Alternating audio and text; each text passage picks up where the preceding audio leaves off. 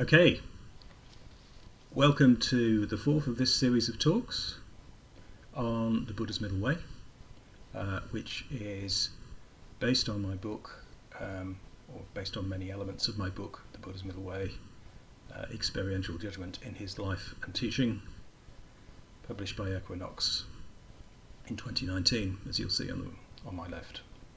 So this is the fourth in the series. I'm just going to quickly recap very generally the ground I covered in the first three talks, just to remind you, and then we'll get on to this one. So the first talk was about the Buddha's early life, and there I talked about how the Buddha's early life in the palace and the forest, and then discovering the middle way, how that symbolises a process by which we can all come to improve our judgment. So we go from one absolute position to another one, and then we find the middle way, having worked through the two opposing positions and their associated groups. So we recognise and we avoid those opposing absolute positions whilst learning from the associated beliefs and practices at the same time. So the way forward that the Buddha found there is based on particularly embodied experience. Going back to his body, I stressed, was important in finding the middle way. So that was the first talk. The second talk, I went on about how the middle way needs to be given priority in the way in which we interpret ideas of enlightenment in the Buddhist tradition.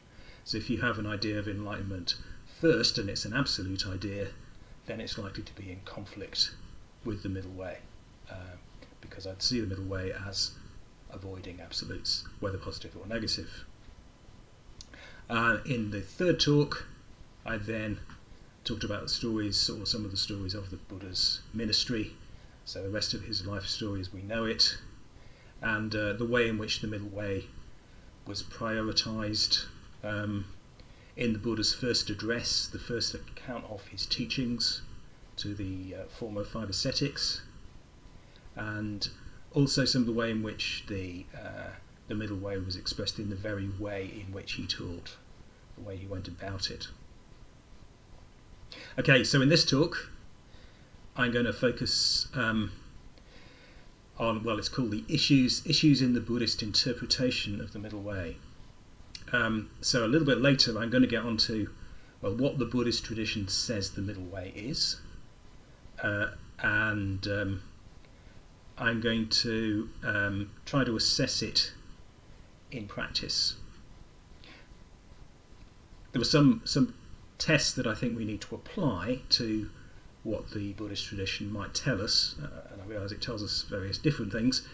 So what the Buddhist tradition might tell us about the middle way. So we can ask, for example, is it universal? Is it really going to help us in all contexts, including ours? Given that it was produced in a very different context in ancient India to start with. Is it going to be helpful in overcoming the kind of polarised conflicts that we meet in our experience, the absolutes that we meet? So that really requires one, I think, to start making comparisons with other sources of information, which is where I draw a great deal on various other kinds of sources, so psychology particularly, and also neuroscience, systems theory, and embodied meaning, all of which have had a big influence on my interpretation. So our practical judgment about the middle way and about whatever is claimed about it mustn't be trumped by appeals to tradition or the authority of tradition, I think. So Buddhist tradition carries a lot of credibility. So by credibility I mean, we have a good reason to look at it and think, well, yeah, this is worth understanding and trying out maybe. But credibility is not the same as infallibility. Credibility is a matter of degree. So something that's credible you might give you time to and examine, but that doesn't necessarily mean it's got to be right in the end. That's very much my attitude to Buddhist tradition. and that's the reason why I don't personally call myself a Buddhist, because I don't accept the authority of Buddhist tradition. I'm very much influenced by Buddhism, and have learned a great deal from it, but I want to make quite sure that I'm free to use my own critical faculties in deciding how to respond to it. Okay, so yeah, the way I'm going to go about the rest of this then is I will get on to an account really of what the Buddhist tradition, particularly in the Pali Canon, says the middle way is, and try and assess that. Before I do that, I'm going to suggest a positive alternative. So, excuse me, I don't think that anyone should put forward a critical account of something without a positive alternative. So it's a common fallacy in a way to criticise something without having a positive alternative, particularly for something complex that's been worked out in the context of a tradition. Obviously a lot has gone into that. So there's a danger of what is maybe ironically for Buddhists called the Nirvana Fallacy. That is the fallacy of offering criticisms without alternatives. So not wanting to fall into that, I have developed an account of the middle way and what I think it positively involves, and the analysis of the middle way that I offer is called the 5 principles, so the 5 principles of the middle way. So I'm going to talk about that first. It's always a dilemma to know whether to give you a positive alternative first and then criticisms, or whether to start with the criticisms. Either way around has disadvantages, but it seems better to start with the positives. So, the 5 principles of the middle way. This is something I've formulated over quite a few years, really. So it's developed gradually over a period of time from a number of different sources. So this diagram I'm just putting up here gives you those 5 key principles. So they are skepticism, provisionality, incrementality, agnosticism, and integration.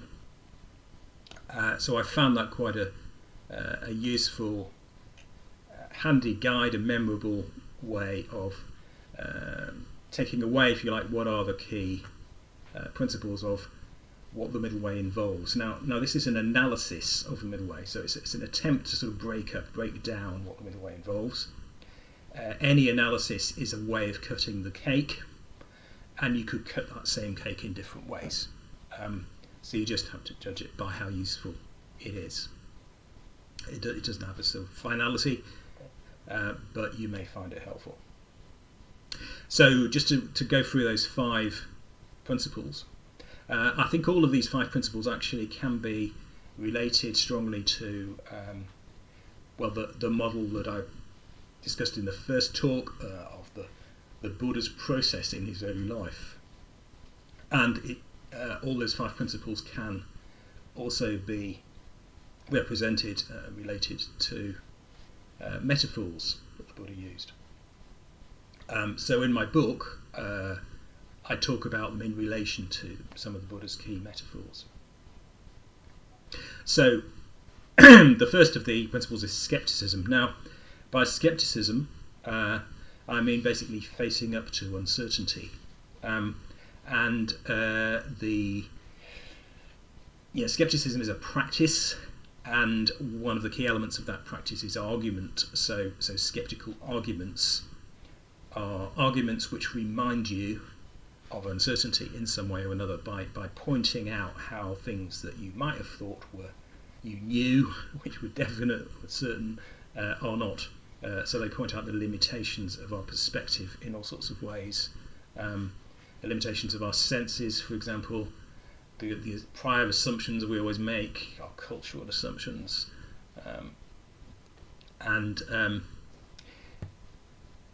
basically the fact we're not God, so we haven't got a God's eye view, we don't know everything, therefore we're always in a state of uncertainty, and for some reason we keep forgetting this, so we keep needing reminders of it. So now I think skepticism is very easily relatable to the Buddha's process. So let me just remind you of something from the first talk, in the Buddha's early life. I talked about the three considerations, which is when the Buddha, apparently according to the stories, saw an old man and a sick man and a corpse, and this made him basically uncertain. So all the certainties he'd previously had were challenged by those sights and the reflections it stimulated in him. Yeah. So that it may not first occur to you that this is about skepticism, but I think it is. Skepticism is about shaking up what you think you know, whether that's in the realm of facts or values or whatever. So the Buddha also, I think, in the story of the Buddha's early life, the embodiment of his experience under the rose apple tree, where he began to move away from asceticism and realise the middle way. Again, that's coming face to face with the uncertainty of embodiment.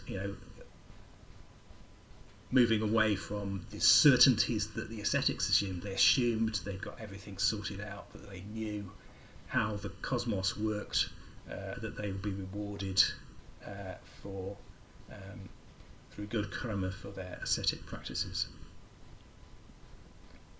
Okay, so that's the first. Now the second one is provisionality.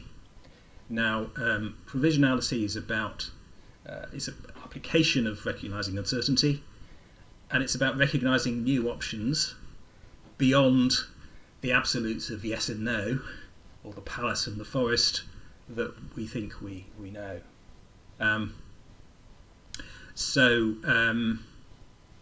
The Buddha's ideas of provisionality are very much reflected also in the parable of the raft, which again I talked about in a previous talk.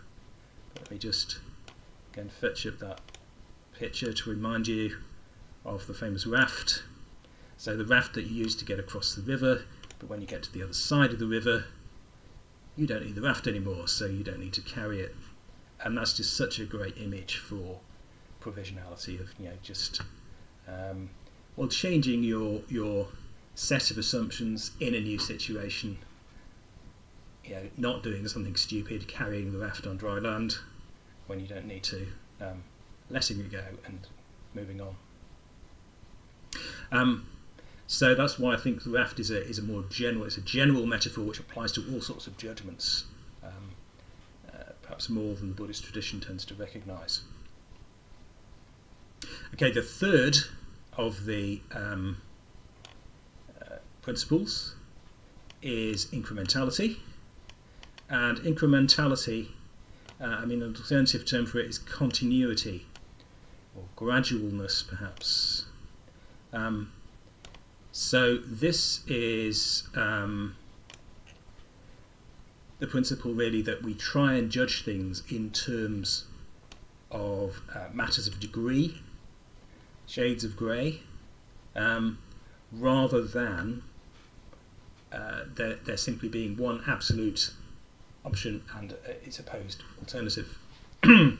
So it's a very helpful practice to actually try and reflect on whether we are thinking of things as a matter of degree or whether we are thinking of them in black and white, as it were.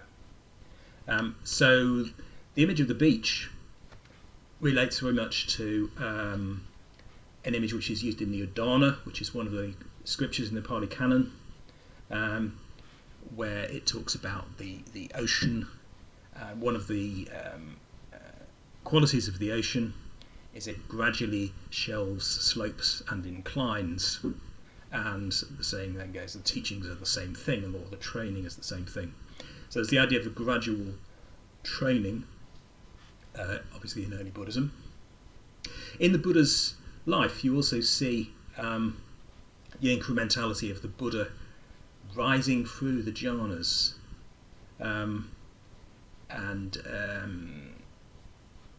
particularly during the time in the forest, he gradually increases his capacities to meditate and to reach remarkable states of mind, more positive and helpful states of mind where his judgment is improved.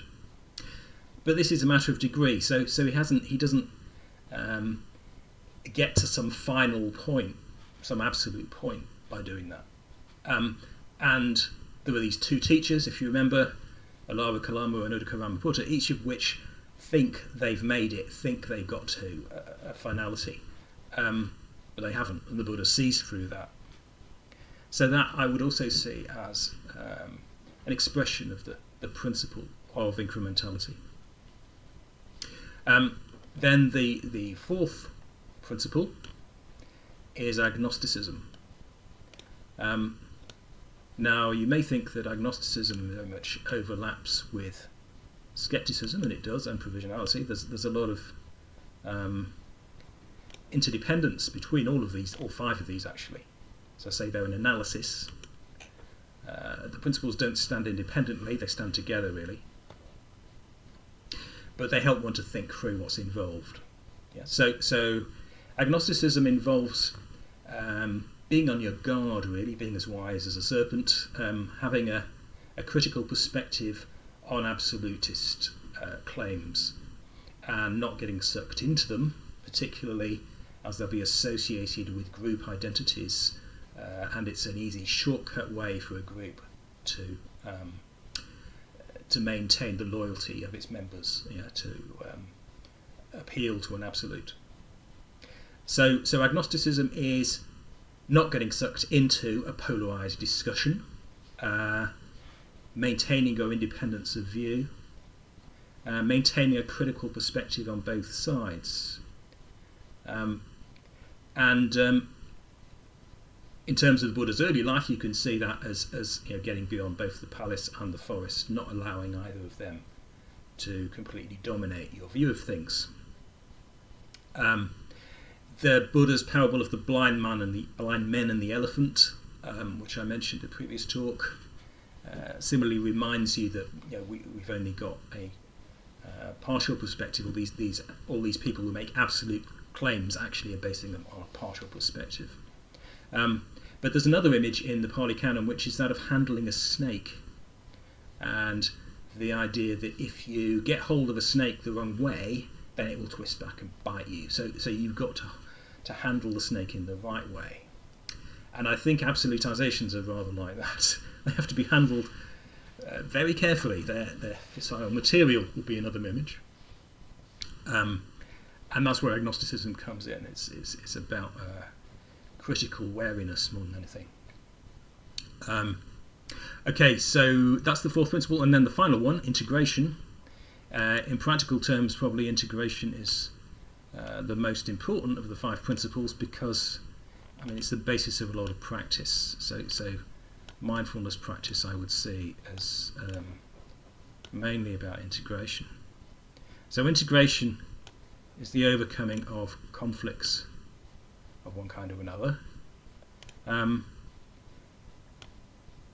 whether on a temporary basis or on a long-term basis. And in the Buddha's early life, the way in which he sat still under the tree while he was attacked by Mara's demons, which again I talked about in a previous talk,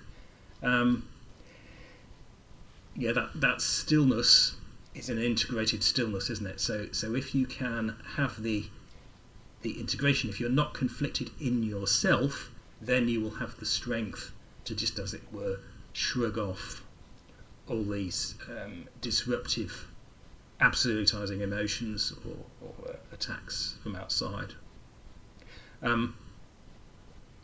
So the stilling of conflicts can be symbolized by that. Another image used by the Buddha is that of a wet piece of wood. Maybe not a very enticing image, but the wet piece of wood is suffused with water. So there's the idea, if you think of a concentrated state in meditation, then it's rather like that. You're suffused with, integrated. You're suffused with with positivity and awareness. Okay, so that's just to run through those five principles which I think can give us a positive account of what the middle way is, which is just based on practice, really. So I've or practical perspective and what practical perspective demands. So I've just related them to the Buddha's life story and so on. So you have some sort of hooks to hang it on. But you can see there again some brief summaries of what each of them is. Yeah. So facing uncertainty, considering new options, seeing things in degrees, defying dualistic pressure, by which I mean polarized views coming from either side, and resolving conflict. Yeah, so there's the image of the two mules, which again I used in a previous talk, is again a very good image for integration and how conflict can be resolved by this moment of recognition that you don't have to frame things in a conflicted way. Okay, now I think the five principles can be justified in all sorts of ways, actually, and I haven't got time to go through all the ways they could be justified, but you could, for example, justify them using critical thinking, psychology, neuroscience. You could talk about scientific method, you could talk about embodiment, and you can talk about systems. And I thought maybe just to give you a brief idea of one of those, I'll talk a bit about systems and how a systemic view can also support the five principles. So a systemic view can begin really with what it requires us to see things in relationships. Yeah? So rather than there being absolute objects which are separate from each other, systems theory tries to understand things in terms of sets of relationships and processes. So that of course means that we are part of that system and our perspective is limited. So uncertainty, I think, is built into the perspective offered by systems theory. So for the same reason, systems theory involves skepticism and it also involves provisionality. If you apply that, if you try to take into account the fact that we've got a limited perspective. Then there's also the fact that systems change incrementally. So if you think about the way an ecosystem changes or the way the bodily system changes, you can't just snap your fingers and at one instant it changes into something else. It may change faster or slower, but it changes incrementally because it consists of component subsystems which relate to each other. So those systems have to shuffle around in relation to each other to make any changes. If you think about maybe the image of a group of people who are asked to change places, they all have to move relative to each other. They can't just click their fingers and beam themselves to another place. So systems theory requires incrementality, even if there are faster and slower changes. It also involves the avoidance of what systems theory calls absolute linear assumptions. Yeah, so linear assumptions are often absolute assumptions. So there's the agnosticism. And then finally, the idea of integration, I think you'll also find in systems. And that's the idea that if the subsystems within a system are in conflict with each other, that creates what systems theorists call sub-optimization, which is the system not working properly because there's conflict in it. So obviously that applies to us as well. So that's just a brief taste and attempt to show how there are lots of other perspectives from which the five principles work. And as I say, I can't go through them all at this point.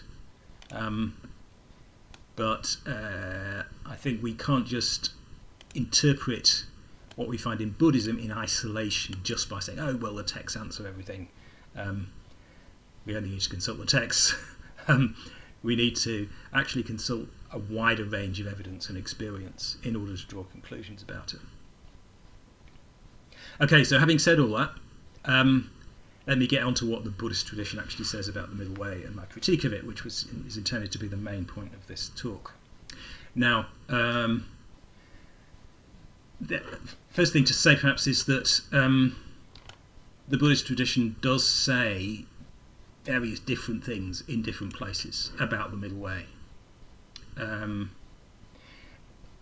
Although, if we're thinking about the Pali Canon particularly, positive accounts of the middle way are quite rare, and quite often, in my experience, this is experience of having been involved in Buddhism, particularly in the past for quite a number of years, Buddhists don't talk about the middle way that much. They often take it for granted, in my experience, and identify it with Buddhism as a whole. So they may refer to Buddhism as the middle way, but they don't actually sort of apply the idea of the middle way to what they mean by Buddhism very much. So that's why I think it needs a lot more attention, even within the context of Buddhist tradition. But that, of course, means thinking about what it means and what it implies in itself, rather than just assuming that it comes, as part of the whole package or is subsidiary to the rest of the package, as it were. Okay, so I've got a little slide here which maybe summarises the different mentions of the middle way in the Pali Canon. And basically, I think 4 kinds of mentions in the Pali Canon. So there's one that I mentioned in the previous talk, so the first address of the Buddha, where he begins with the middle way as the first teaching he talks about. And there he describes it in terms of asceticism, or I think self-mortification is the translation used in the version I had. Asceticism versus self-indulgence. So that's one version of what the middle way is said to be about. So neither indulging your desire for pleasure nor completely inflicting pain on yourself, or completely not allowing any pleasure. Now, the second of the kinds of mentions of the middle way is one that you find in lots of places. So the most common one is to talk about eternalism and nihilism. Eternalism is Sarasvatavada is the Pali. It means the eternal existence of the self, and that's opposed to what in Pali is Uchedavada, so which is related to the idea of cutting off. So the way that our existence as a self is cut off with death. So sometimes it's translated as annihilationism and sometimes as nihilism. So that boils down really to different views about the self and other stuff that goes with that, like beliefs about karma. So if you believe that you'll be rewarded for your actions in the future, maybe in a future life, then you've got to continue to be the same person in some sense to receive those rewards or punishments, as it were. So beliefs about karma are also packed into that, and that also then relates in traditional Buddhist approaches to moral absolutism, the belief that people are moral because they believe in the law of karma, or immoral because they don't. So there's a kind of package which goes with eternalism and nihilism in traditional Buddhism, at least in the Pali Canon and the Theravada approach. Then the third kind of middle way teaching or approach to it is found in the Malunkyaputta Sutta, which is the famous sutta where the parable of the man with the arrow in his eye comes up, and where the Buddha talks about sets of opposing metaphysical views which are to be avoided. So Malunkyaputta comes along and he's desperate to get answers. What's the truth about, is the universe eternal? Is it infinite? Does the self exist? Does the Buddha exist after death, or not? Or both, or neither? He's desperate for some kind of answer. and the Buddha won't give him one, and then he gives the parable of the man with the arrow in his eye. So, although the phrase middle way is not mentioned there, it seems very obviously to me to be about the middle way. It's about avoiding those extremes of assumption, the metaphysical views on either side. And then the fourth example is in a conversation that the Buddha has with someone called Kachanagota, and there are two extremes which again the Buddha says we should avoid, and that's the belief that everything exists or the belief that everything doesn't exist. So roughly speaking, that's what we might now call philosophical realism or philosophical idealism, the belief that there are ultimate things or there are not any ultimate things. So now, in my view, all of these are examples. That's why I put the term examples at the top. They're examples of the middle way in the Pali Canon teachings.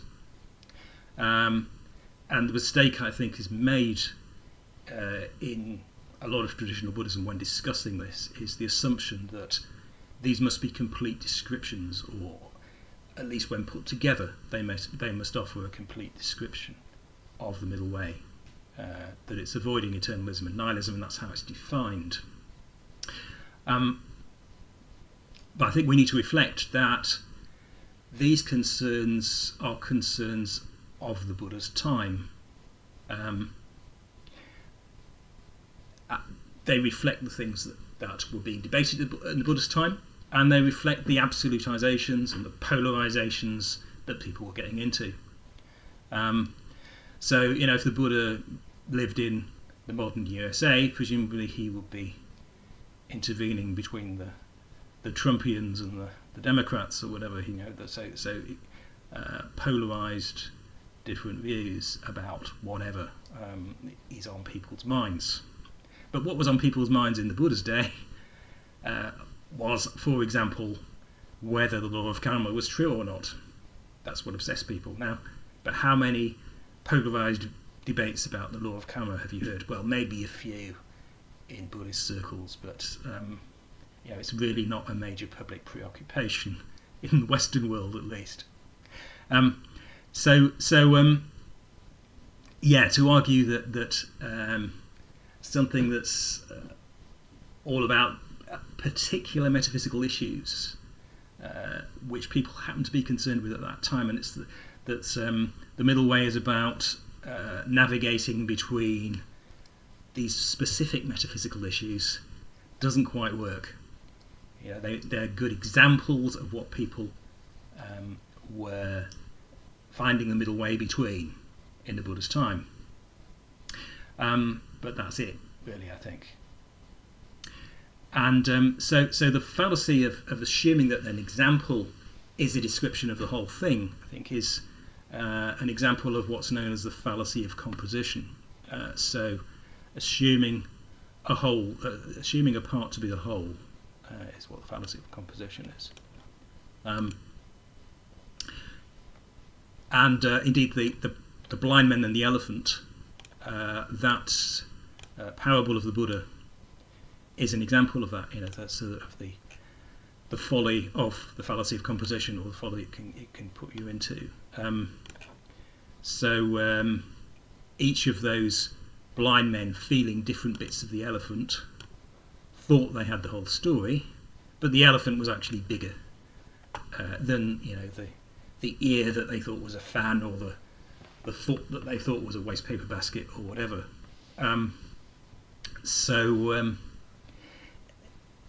These specific examples of the middle way are different bits of the elephant that different people have felt in specific circumstances, which are recorded in the Pali Canon. I think we need a more universal description to cover a range of practical applications. Now, I've come up with 5 different specific issues with the Buddhist interpretation of the middle way. These are each discussed in a chapter in my book, The Buddha's Middle Way. And yeah, I'll show you a diagram of these 5 issues. Okay, we seem to be in 5s today, don't we? Sorry, that's not the one I want. I've got another diagram. No. No, I think it's this one actually.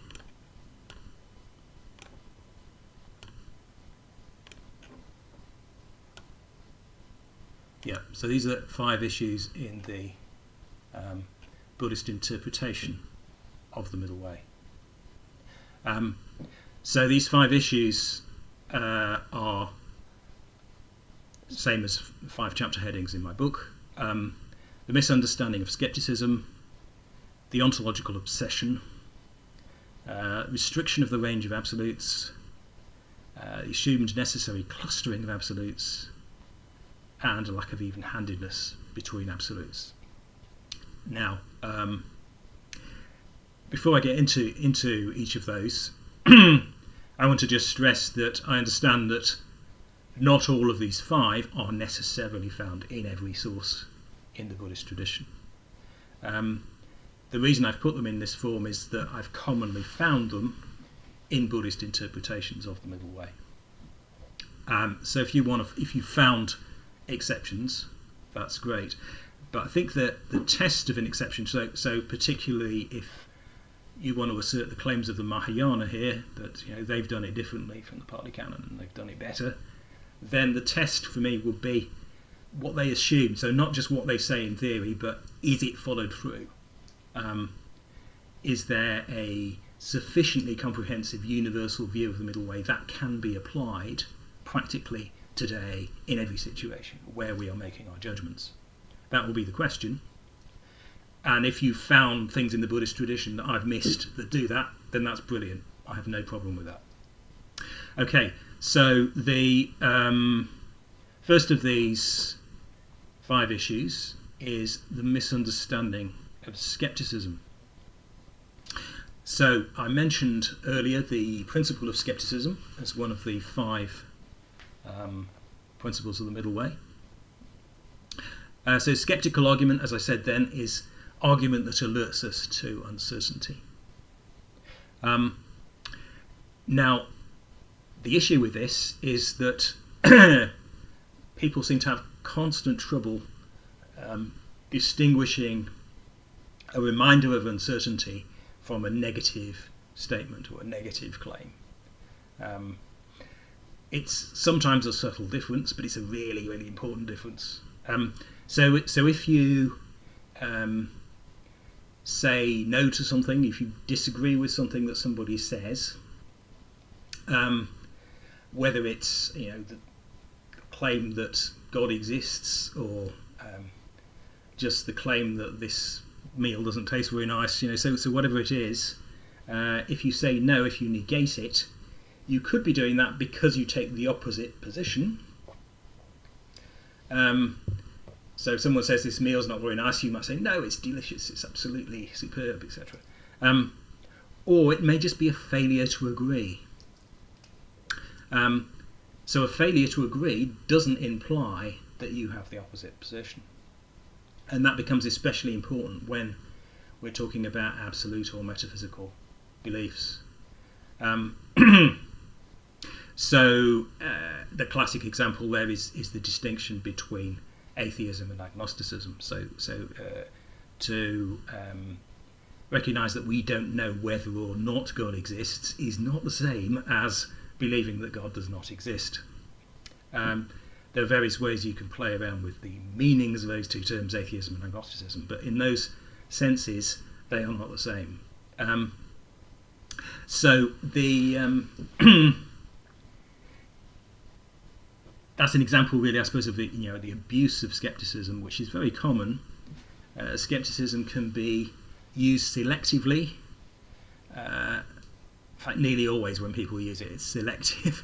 So they apply arguments that point out the uncertainty of what they disagree with, but they don't apply it to their own beliefs. Whereas skepticism is even-handed in its implication. It applies to everything. It makes everything equally uncertain. It just reminds us of general uncertainty. So if you're applying skepticism properly, that is, even-handedly and generally, you will end up with the middle way, because the middle way reminds you that neither the absolute positives or positive absolutes or the negative absolutes can be assumed to be true. It's just about recognizing the limitations of our perspective rather than making a new claim. So this problem is widespread, I think, in Western discussion of skeptical arguments. Whether those skeptical arguments are found in the Western tradition, like in Pyrrhonism, for example, or in Buddhism. I've also found them in or similar sounding misunderstandings within Buddhist contexts. And in the Pali Canon, it seems to take the form of the assumption that when someone who's enlightened uses skeptical argument, then that's necessarily different from when someone else uses it. So there's a fellow called Sanjaya Belataputta who is labelled as a skeptic in the Pali Canon. And I suppose, in my opinion, seems to be treated very unfairly, although we're not given a lot of detail, but he's assumed to have a stupid, ignorant position. He's kind of insulted in the Pali Canon, even though he uses very similar arguments to the one that Buddha uses. He just reminds us of uncertainty a lot of the time. So basically, we just need to when we use skeptical arguments, I think we shouldn't make too many assumptions just from the fact that skeptical arguments are used. We should see how they're being used. Are they being used even-handedly? Are they being used properly? If they are, then they're not a threat to anything. They're not negative. They're not undermining anything. They're not relativist. They're just reminders of uncertainty. That's all. And that could be the case even when someone you disagree with uses them. So that's one kind of problem, that it's even in Buddhism it's sometimes not recognised that the middle way involves skepticism, basically, or involves skeptical arguments. Second problem is what's known as the ontological obsession, or what I call the ontological obsession. So ontology is the study of what is, or what ultimately is. So it's pretty much equivalent to metaphysics, which is also the study, or particularly claims about what is the case. And it's very difficult, I think, if you are stating an ontology, or stating an ontological position or a metaphysical position formally, without some sort of context that gives it a different sense. If you're stating it formally, then it's very difficult not to be absolute in what you're saying. So the ontological obsession, as I call it, is the tendency to constantly go back to claims about what is the case, to understand things only in those terms. So if you understand the middle way in those terms, if you, as it were, process the middle way through a sort of ontological way of thinking, then you'll see it entirely as beliefs about what is the case, rather than the alternative, which I think is much more helpful, that is to see it as how we judge things, as the process of how we approach things. I find this actually sometimes relentless in the way in which a lot of philosophy is approached and a lot of religion is approached. People have just been trained into a mindset where they think about what's ultimately true or false, and that's it, and they won't engage with any other way of thinking properly. But the middle way really demands that of us for entirely practical reasons, that we try and get beyond that ontological way of thinking. Well, the problem with it is that it becomes unconditional and ultimate. So that involves the assumption that we have the whole story. So if you think about some some maybe very ordinary statements that people may make that are like this.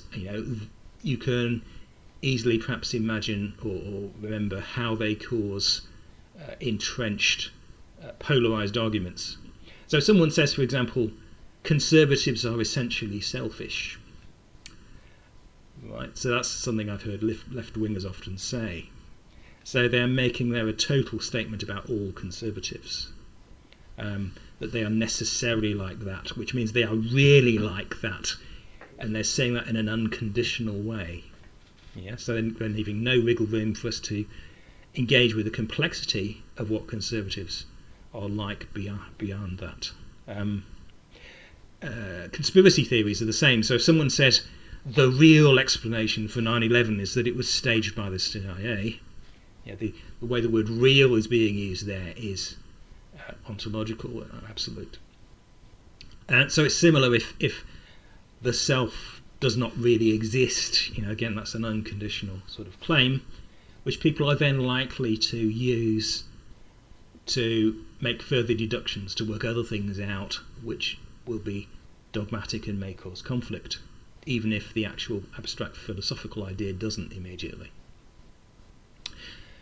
So that's why I find it deeply difficult when people reduce the middle way to these terms. So where they say it means that reality is non-dual, for example.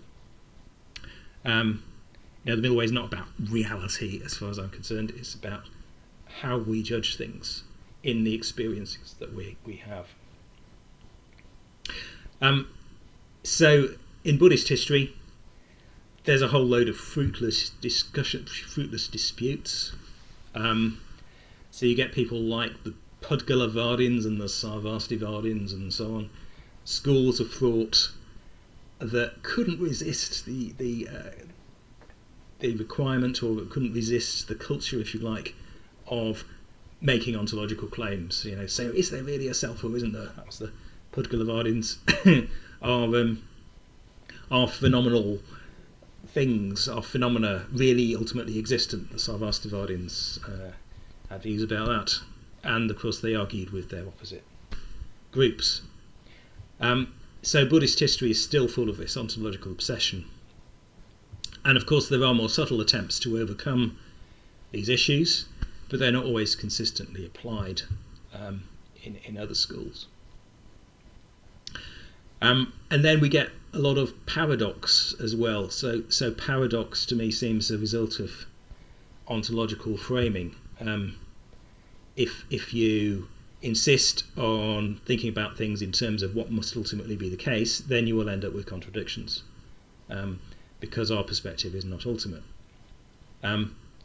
So I don't have a great deal of interest in paradox. I find way too much of it in Buddhist talk. I think provisionality is much, much better and more helpful than paradox.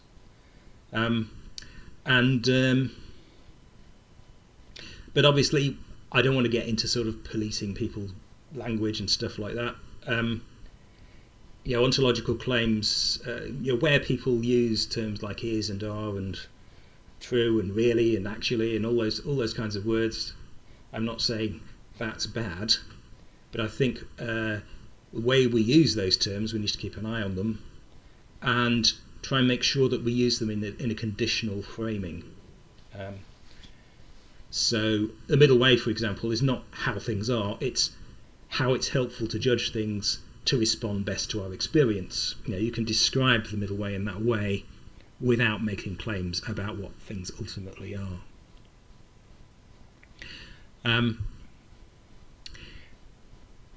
Okay, so the that all relates, of course, to what I mentioned earlier, the principle of agnosticism. So the principle of agnosticism involves remaining steadfast and even-handed, refusing to get involved in ontology. So when people say things like oh, you're a qualified non-substantialist then, or something like that, then I just have to insist that no, I don't actually have a view on any of these ontological things. I'm not interested, sorry. Okay, so let me quickly get on to the remaining 3 points. So the third of the problems I find in Buddhist account of the middle way is restriction of the range of absolutes. So we're getting here to the eternalism, nihilism account particularly here. So that's when it's assumed that the middle way is just about avoiding specific absolutes, just about views of the self, for example, or views of existence or non-existence, specific things. But if we see the middle way as being about judgment, about how we do things in a much more flexible and universal way, then we can't possibly specify it in terms of the content of particular beliefs. It applies to a whole wide range of possible beliefs. And we can have absolute beliefs about all sorts of things. You can have absolute beliefs about whether Manchester United are going to beat Manchester City or whatever. Very prosaic things. And here is just a very, to quickly show you. Oh, I think I've got this the wrong way around. Okay, sorry about that. Technical hitch. Anyway, what I was hoping to show you there was just a spread of different kinds of sort of metaphysical belief. So it can be about a very wide range of things. For example, it can be about meaning, it can be about time, it can be about politics, it can be about aesthetics. Basically anything we have opinions about can be absolutized. It's not just about views of the self or the traditional Buddhist analysis. Okay, the fourth of the problems that was mentioned in my earlier diagram was the assumed clustering of absolutes. So this is the idea that the absolutes that we're that we're avoiding in the middle way must fit together in some necessary way. So the idea that, for example, if you've got a view of the self as eternal, then you've got to believe in the theory of karma, then you've got to be a moral absolutist, and then you've got to be ascetic in your practical ethical views. And that is opposed, for example, to nihilism, which has a relativist view of ethics and involves self-indulgence in pleasure and so on. But just really a very brief examination of this will show you that these views do not necessarily go together. So not all nihilists are self-indulgent, for example. So you could have somebody who's a scientist, for example, who is a materialist. That's one of the bugbears of many Buddhists. They say they're not materialists like these scientists are, or some of them. So you could have somebody with those views who is a very ascetic at the same time. So a scientist who is devoted to their work, works 19 hours a day or whatever, doesn't take any pleasures in anything. They're totally overriding their capacity for pleasure. Or you could have somebody who is very self-indulgent but actually believes sincerely in absolute morality and the eternal soul. So you could have a jolly bibulous Catholic, for example. And then there were some modern ideologies that cut right across these supposed clusters of eternalism and nihilism. So Marxism and utilitarianism are two particular examples of beliefs that really don't fit that scheme. Okay, final point is lack of even-handedness between absolutes. So just going to try and go back to my earlier diagram to evoke that. So the lack of even-handedness between absolutes is where traditional Buddhism prefers eternalism. So it says eternalism is the second option, the second best. Eternalism is the second best option, and it's better than nihilism. And the idea there is that eternalism at least helps you to be conventionally ethical. So it's better to be an eternalist than to be this nihilist person who doesn't believe in karma at all. But of course all this depends on the beliefs of the Buddha's day about what the sources of ethics are, and most of which are not shared or assumed today in the West. As the idea that eternalism helps you be conventionally ethical is behind really the monastic lay divide in traditional Buddhism, because the traditional ideal for lay people is really to be an eternalist. Yeah, it's okay if lay people just want a better rebirth and are just interested in that storing up good karma, but the monastics should be aiming for enlightenment, which means having no karma at all.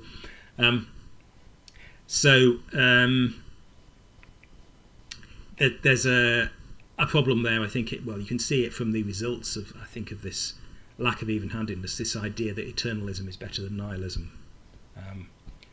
But it's not the case simply that nihilists are immoral or more immoral than absolutists or eternalists. That atheists and agnostics, for example, are not more unethical than theists. And absolute beliefs are not needed for ethics in practice. In fact, we're much better off without them in practice. So if we start thinking of ethics as emerging from our experience of what is good, rather than from absolute beliefs, then we'll start to get round these kinds of assumptions that lead to this preference for eternalism. Okay, I've gone on for a bit too long there, but I had quite a few things to communicate. So just to briefly conclude, so overall, obviously I want to redouble my appreciation really of Buddhism. I'm not just having a go at Buddhism. Buddhism has made a huge contribution to the world by preserving and discussing the middle way at all, far more than any other tradition. And I'm also not saying that the Buddhist account of the middle way has been useless or anything like that. It has done a great deal to point people in the right direction and provide them with a path of practice. But there is also a lot of confusion, I think, that's been created by the unhelpful formulation of the middle way, which doesn't fit our experience and our process of judgment and its demands. So it's become mired in metaphysical controversy, and the practical edge of the middle way has often been lost, and as a result Buddhists have often found the middle way confusing, I think, and have largely ignored it and focused on other things. So this is all to do really with the lack of universality in the way the middle way is described in the Buddhist tradition. A more adequate account of it is needed. And if you have that more adequate account, then there's more compatibility with other traditions. You can avoid unnecessary disagreement and conflict.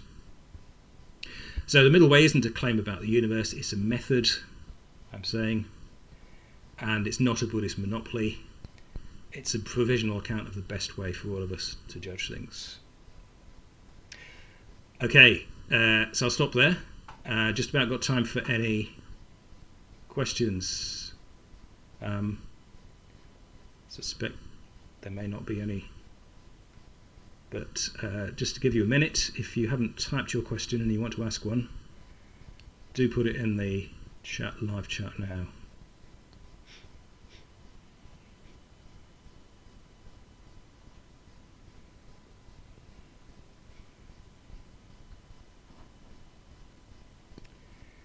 So just while I'm waiting for anything to come through, just mention the remainder of this series. Yes, so there's 3 more talks to go in this series.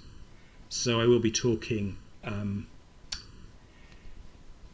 about in more detail about some of the things that have come up now. So I'll be talking about the Noble Eightfold Path next time. I'll also be talking about karma and conditionality and craving, clarifying some of that stuff in relation to the Middle Way. And then the final talk will be about the Buddha as an archetype, how that can be compatible with the Middle Way, putting the Middle Way first in the interpretation of Buddhism. Okay, I'm not getting any questions coming through, so I'll stop there. Thank you very much for listening, and hope to see you again in a week's time for the next talk on the Eightfold Path. Thanks very much.